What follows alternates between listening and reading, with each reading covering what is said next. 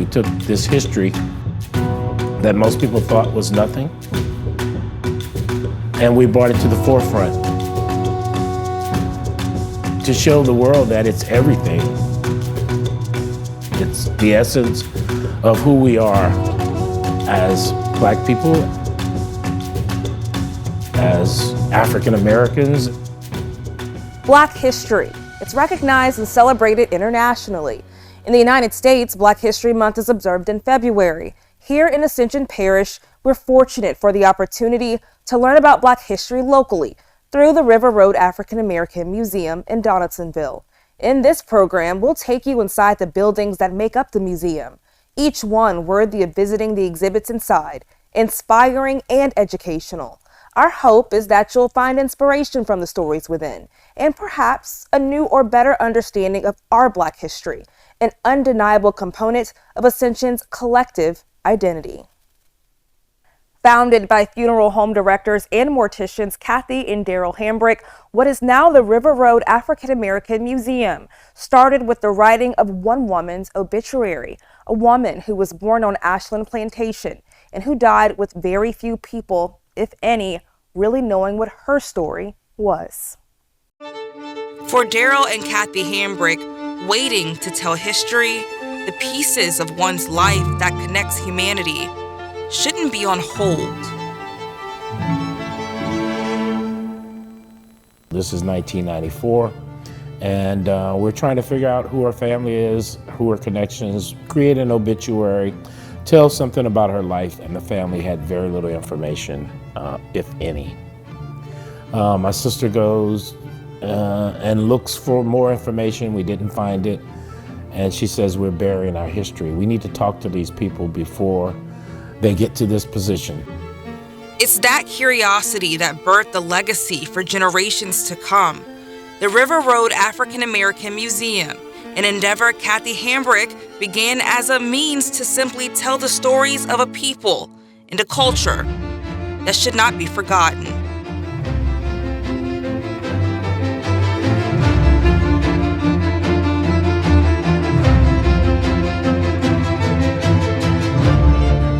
And she starts an oral history program, and 32 years later, we have 5 buildings and now reside in Donaldsonville. We started out at Tescuco Plantation, transitioned from the plantation after a fire, moved to Donaldsonville, and landed in a historic palace where everything reeks history. Every time you turn a corner, you can learn something about the background of this community, whether it be Native American, African American, French, Spanish, German, Jews. It all resides right here in Donaldsonville. Right here in Ascension, the grounds for educational experience and the soil to plant seeds for everyone to learn of the hands and heart that built up our communities.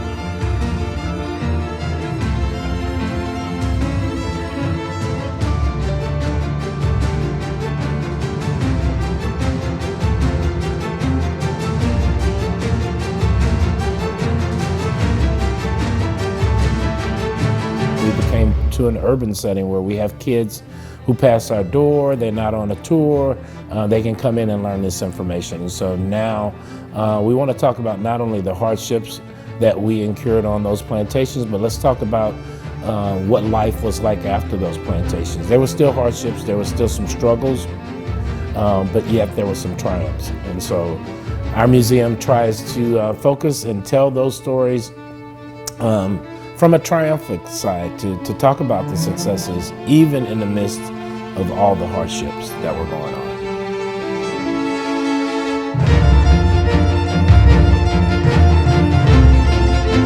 Today, there are still things in our community that dictate and try to tell the stories about who we are as a people, how we move, how we breathe, and I think this museum kind of captivates all of that, and it tells those stories.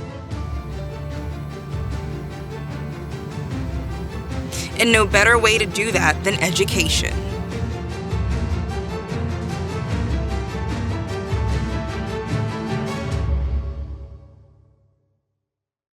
There's so many stories that we uncover here. Our latest and recent is the story of the GU 272, which is housed at the Ascension Episcopal Church. It tells the story of 272 enslaved individuals being sold by the Jesuit priest of Georgetown University to the governor of Louisiana, who was Henry Johnson. It tells the story of 272 individuals sold to Louisiana to save Georgetown University from going bankrupt.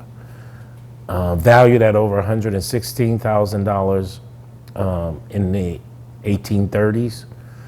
Can you imagine selling human cargo or humans, transporting them, and then using that funds to support a university that didn't allow African Americans to even attend the university? We have the names, we have the stories, we have some genealogy and some research going on to connect families to the names of those 272 individuals.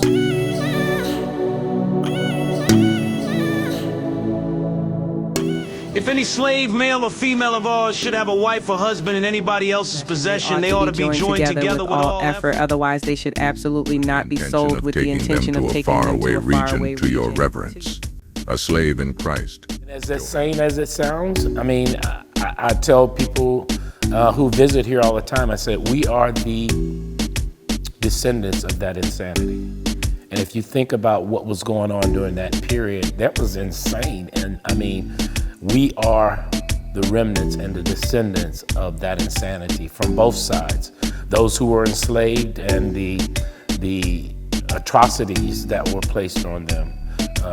And then those who were the enslavers and the mentality that it took to put and to hold other humans under those conditions. It must be stipulated in selling that the benefit of exercising religion be given to the Negroes and the assistance of a priest. Husbands and wives in no way must be separated, nor I should say parents from the children. Nor I should say parents from the children as much as it is possible. We then commissioned our resident artist, Malika Favorite, who then took on the artistic position to create these panels that you see, or these stained glass windows that have been overlaid with this artwork. And it tells the story of the GU 272. You can see them in various positions throughout their daily work. You can see them actually cutting the cane, boiling the sugar, in worship settings, picking cotton, all of those duties that were placed on them in various places. You see the names in the water. Those are the names of those 272 individuals sold. Some of them first name, some of them with their last names. Some of them, the names that you see here, didn't even have a last name. Can you imagine? I see one here that says girl, a boy, a girl too. And the numbers that you see in those are the ages of those individuals at that particular time. Above each one of the stained glass windows, you'll see some Ndinkra symbols. Those are African symbols that were used in fabrics and various religious connotations, and also gave meaning to the African artistry that has been embedded throughout America in various woodwork, ironwork. You see it on jewelry, you'll see it in fabric print. And a lot of times we do not recognize them, but when you break them down individually, you can see that they have artistic merit. Even in this church, this cross that you see here is embedded on the sides of each one of these pews. One of our artists is Linda Valters, who created this piece here. She's called The Keeper. And her angelic presence was to save those enslaved and take them from their misery, take them out of the atrocities and the lives of what it was like to be enslaved, and take them to a safer place. Her wings constructed of sugarcane. These workers would work so hard to where they didn't even realize that they had been part of the rapture, I would call it. In slavery, sometimes death was the only thing that would give you peace. Having peace, having a life, was only in the afterlife, because this life did not afford them that kind of freedom.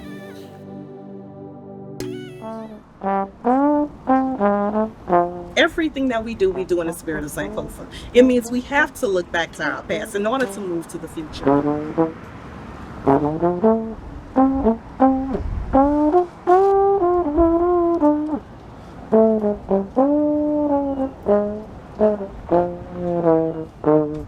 So today we're at the True Friends Benevolent Society Hall over on Lessard Street in Donaldsonville, Louisiana. True Friends Benevolent Society was an organization for benevolent reasons. Many African Americans during the time that the society was formed could not get insurance anywhere. And so they pooled their resources together. These benevolent societies would bury the deceased. They would always also pull together to provide health care in times of need. So the Benevolent Society Hall that we're standing in front of for True Friends was a magnificent building.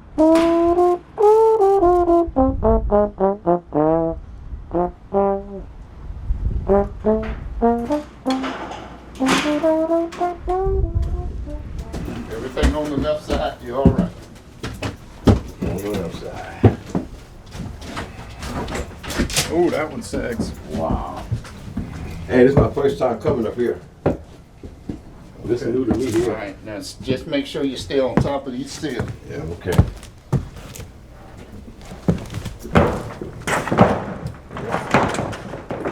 So, they tell me this is the room where all the business was handled here. So, you know, the Benevolent Hall was basic. If the community need help, they can come here and they can talk to that organization. They will help them. They had insurance. They had, you know, loans. They did a lot of things for the community. This is where the African American community would come because during segregation, they just weren't right. They didn't have all the places. Right. So this was a way to, you know, to help the community. It was vital. Very vital. That's why every community had one in those days. You know, I know the Lemonville had one, the A-Bin area had one, and that's the way they used to lock doors in the day. It was a lifeline. It was a means of survival. Right. And like you say, this was uptown. This was basic, you know, right across the street used to be a burger place, a playhouse that was for our community. We had the swimming pool right here. We had the Grand Theater a block away.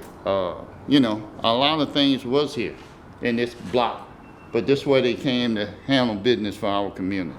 Get a view like no other from up here, huh? Yeah, when you see the old rice mill from there, you know, you can see part of the back of town. And what do you see behind me? And this is what we call the historic downtown Donaldsonville. You know, Lessard Street. And as you can see the old houses that been here for hundreds of years. Oh, this is some beautiful wood, huh? Yeah. So this used to be record. Smooth. That's why they would lock the files up, all the records they would have for.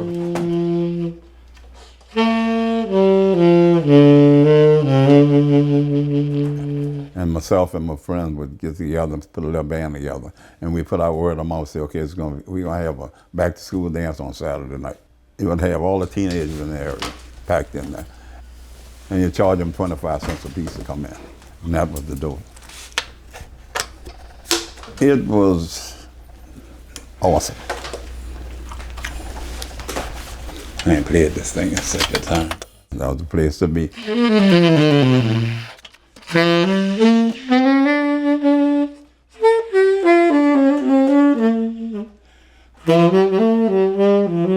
Leonard Julian was a 16-year-old high school student in the late 1950s. He and several other musicians from Donaldsonville were frequently hired by booking agents to back Fats Domino and other recording artists when they performed at True Friends Hall. Those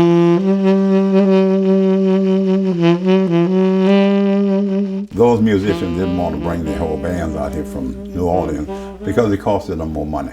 So what he would do, he would have Henry Leavis set up some musicians in the local area. So what he would do, he would call some of us and say, hey, look, Fats Domino coming out, say Saturday coming. Okay, and today is Wednesday. So what do? You get us together, say, okay, we're gonna have Fats out here, he wants y'all to back him. So what we would do, 4 or 5 of us would get together and we'd practice all of his records. Because you got to get on stage and play them verbatim like they're written and like they're recorded. Sure. And that's how we would get, I got to do it with So Fats he'd one come time. in and use a backup band. A backup band. Bunch of locals. A bunch of locals. Yeah. And at that time we had about 7 bands in Donaldsonville. And you had a lot of musicians came out of this area. So it was easy for them to pick up musicians on the local to back up these people like Fats and Ernie Kiddo.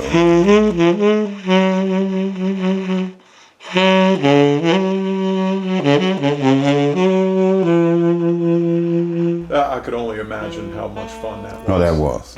It was just awesome being on stage with some of those guys. Cyphers is fine. It's all cyphers. My name is Gerald Washington. OG called me Sugar Bear. That's my nickname. As I understand it, you were in the band, the last band to perform Yeah. at Friends Hall. Band called Phase 2 Band. And my spot Right here. Yeah. Right here. Yep, this is my spot right here. Yes. If you'll be on the stage, you'll be in that corner right there, huh, Bear? Yeah, but most of the time we should be ground level here, though. Tell me about the memories you have of this place. Oh my gosh. Beautiful memories, man. Like every weekend, I couldn't wait to get here because I know the Truffin Hall was going to be wide open and rolling, you know. This whole area, man, was just the place to be. Come out and have a Tuttle Burger and come to the Truffin Hall, and man, you know. Can you imagine it restored to its past glory? It'd be a beautiful place. I would like that. And I would like to perform here while I'm still living too. If they would restore it. You know, it would be fun. Y'all had the place rocking. Yes, we used to have it rocking. Yes, Phase 2 used to have it rocking. Yeah, this is where I used to get my hair cut, Mr. Homer Reshaw. He was the barber. Yes, sir. Years ago, 78, 79.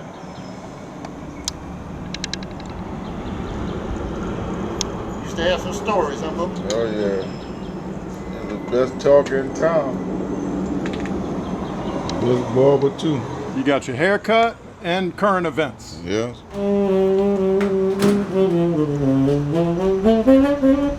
We need the revival, we need a renaissance, but by the same token, we have to think in terms of what does this space look like for the future. So we want to save this building in order to not restore its glory, but even empower its glory even more. For future generations. For future generations. I'd like to see it refurbished and they could make it a Renaissance hall. Because you got bands that come out here and play music if they had a place to go. It would be tragic if True Friends was lost forever. It would be tragic. So the stories that come out of this building is part of the reason that we need to save this building. The legacy itself are the people who are able to recall those histories and bring this place to life. So in a historic district, such a historic facility would be a great tragedy to be lost. It must be saved. It has to be saved.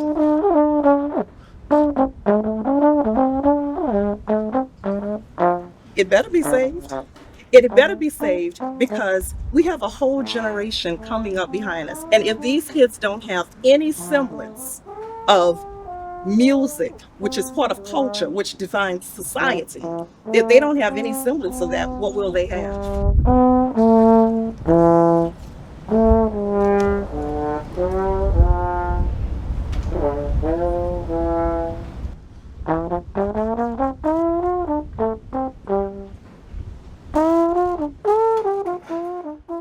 You can look back and see where we are, and not just as an African American culture, but as a culture on this planet, where we are, how we move through the things that God has given us to take care of. This planet, the people on this planet, and the future of it.